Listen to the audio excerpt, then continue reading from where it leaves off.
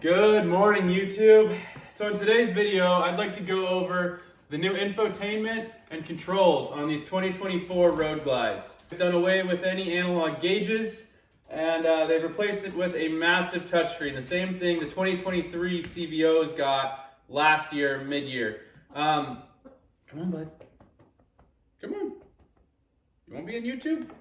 Hey, buddy. This is my cat, Tucker. A little mascot of the channel, I suppose. So, yeah, let's go ahead and we'll talk about how to hook up your Bluetooth headset, whether it's a Sena, Cardo, etc. What some of the buttons on the new controls do. They're pretty much the same, but there are some differences. So we'll go over that, how to navigate the screen, and then one thing that took me a while to figure out that came when I picked it up from delivery from PDI. It came with a setting that made me think that the infotainment system was glitching out. So if you guys get your new bikes from the Harley dealership and you have this issue, I have the setting for you. So let's get into it. Sorry the bike's dirty. I've been riding it to work every day in the rain, and there's no avoiding that. So as soon as we hop on the bike, we are greeted with a completely new cockpit. No more analog gauges. One big Skyline OS screen. New speakers, new pockets, different riser, bars are taller, no more ignition switch. Now we just have a barrel key for the fork lock, and start and ignition is all just done right here. So these don't just pull up anymore. Now you press, go ahead, just drop the key fob in, good to go. And we'll hit that ignition switch once, and we are greeted with the Harley Davidson logo. Very cool startup screen. I like it. And we see it fires right up. There's no lag. You can start the bike right away. It's not glitchy. I've had no issues with the screen in that way. I'm very satisfied with this upgrade. I know a lot of people aren't going to like having no more analog gauges, but I can say so far I'm very pleased. So right here, it's showing our main screen and everything like that, but let's get into some of the basic functions right off the bat. We have an oil light if you have a problem with that. You've got your check engine light, Bluetooth connection. Here we've got our rider modes. I'll show you how to change that. Time, gear indicator, speedometer, fuel, RPM gauge, trip meter, and voltmeter. Like I said, we do have the bike on a battery tender, so we shouldn't have any issues with that. We've got our vent here, cool. A lot of that stuff kind of the same, no brainer. Let's get into the meat and potatoes of these switches. So as I said, we have our ignition switch. Tap once to start the bike. I guess I'll show you.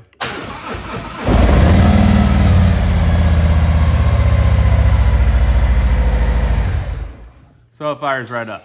Okay, we have our flashers. We have our pause play for our CarPlay. We're playing music on the new speakers. We have forward, backwards in terms of songs, and we have up, down for volume. Here you have your speaker for phone calls, answer, end, whatever it is. Here's our ride mode switch and our blinker for the right. Most motorcycles have one blinker switch like this on the left side, but here you have a right blinker and a left blinker. So it's weird at first, but I actually kind of like it now, so I'm sure I'll be confused when I get on my Triumph again. Moving on to this side, we have our left blinker, horn, we have traction control, press and hold to turn it on, but the bike does take over even without it, so that's an interesting thing. I need to play with that more, I'm not sure.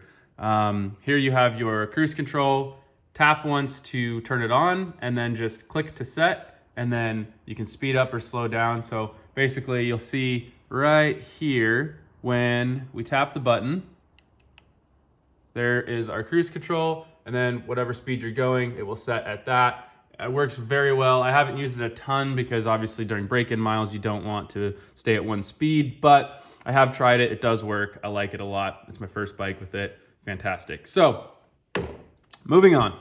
Here we have our different options within our RPM gauge. So when we press it, we get trip A, trip B, and that's our fuel economy, which will improve, obviously speeding up, slowing down, whatnot, while braking an engine in. You're not gonna have the best fuel economy. So I would imagine we'll see above 45 miles per gallon if we're on the highway doing a road trip, whatever it may be. So You have outside ambient temperature. That is not bike temperature. I do not believe we have a bike temperature gauge, unfortunately. 251 miles till E. It's a little bit higher. I filled up 50 miles ago, so quite the fuel range, honestly, compared to what I'm used to on sport bikes. Tire pressures. We do have a tire pressure monitoring system within the RDRS package, which does come standard on these bikes. RDRS is the Rider Reflex Defensive System, whatever the heck it is. It works well. Riding in the rain, I've already noticed it does kick in and it does do its job. So very cool. Also ABS is standard, etc. And then we have nothing. And then we are back to the compass and trip. So those are the options within that button. Over here, you have different menu operating buttons. So basically just moving through the menu and selecting. That's all you're going to get out of that. This is back when you're on the menu. And this button here will bring up the main infotainment screen. So we press this button once and it brings up our main menu within the Skyline system. So we've got music. You can do your AM, your FM, your Bluetooth, your CarPlay, and your USB. We have infotainment on or off within this bike screen here. We have phone for CarPlay if you want to make phone calls, etc. Starred stuff, that's going to be your favorites. I believe this is for garage door opener, but I'm not sure. When I click it, nothing happens, so I haven't figured that one out yet. We'll get into this one. This is a controversial one, so we'll get into that one in a minute. We got settings. Within here, we can do our device manager for our phones, our Sennas, etc. Let's see. We've got sound. That'll give us different volume settings, equalizer and whatnot for our music, for our speakers. You've got Harley Davidson signature, country, jazz, pop, rhythm and blues, metal, rock, classical, acoustic, dance, electronic, hip hop, highway, custom. Awesome. That's a lot of settings. Cool.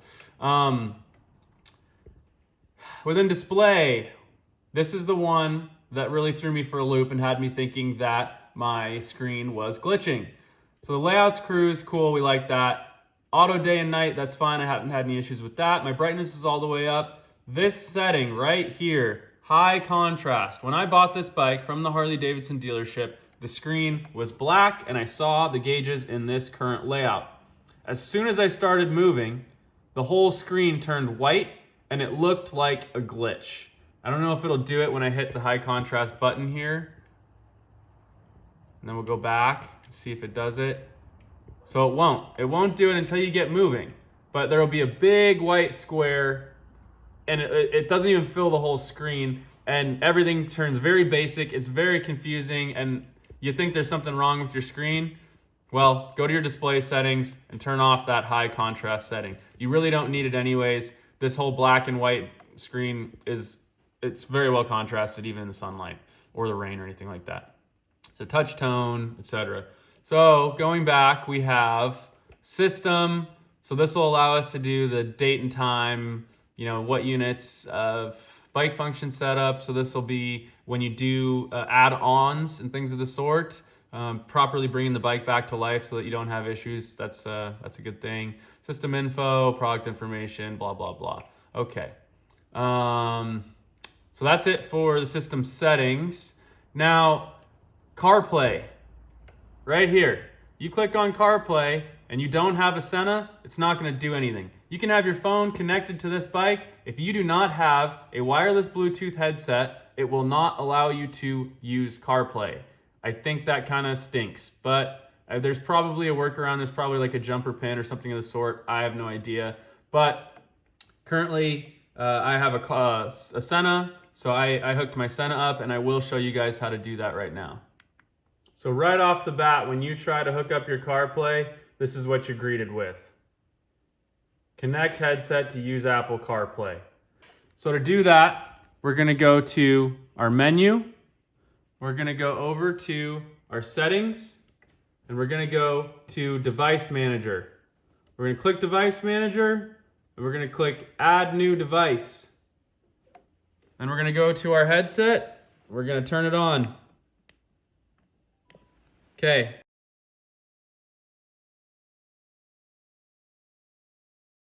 Seconds on Senna's. And it's flashing red and blue. We are in pairing mode. The bike immediately found the Senna. We're gonna scroll down and click OK. It's gonna add it. Pairing successful. Sorry guys, I had to switch over to my GoPro. My audio was really bad once my phone connected to CarPlay. So if you hit a Harley Davidson sign, it goes back to your standard thing. If you go back to CarPlay here, you can read the news, you can go through anything you want like that, any of this stuff as long as you have internet. Calendar settings, maps, all of your basic functions are going to be here. You got your maps here, anything like that. So it's a pretty cool feature. Obviously you'll get message alerts and stuff while you're riding, so be safe with that, but it is a nice feature. I haven't found myself using it much, but it is cool. All right, you guys, so if we go to our menu, we go over to here, we get our navigation, and you are greeted with a scan to pay.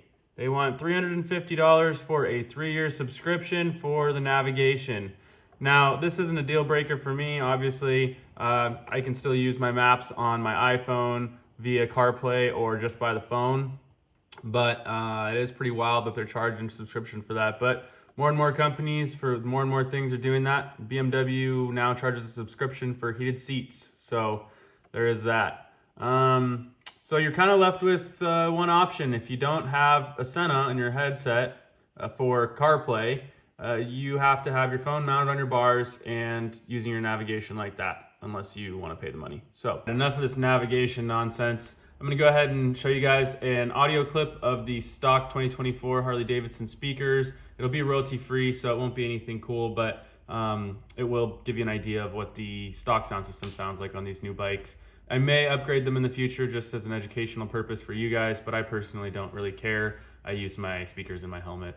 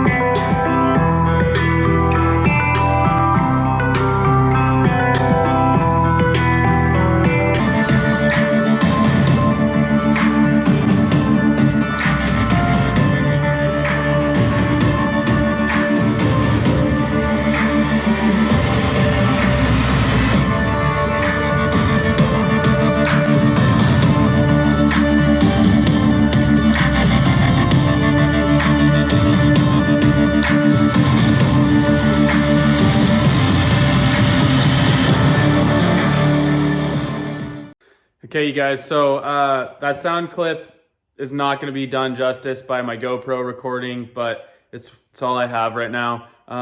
It is quite loud. It is quite clear. For stock speakers, they're better than they used to be, I'm told, and I think that they're fine.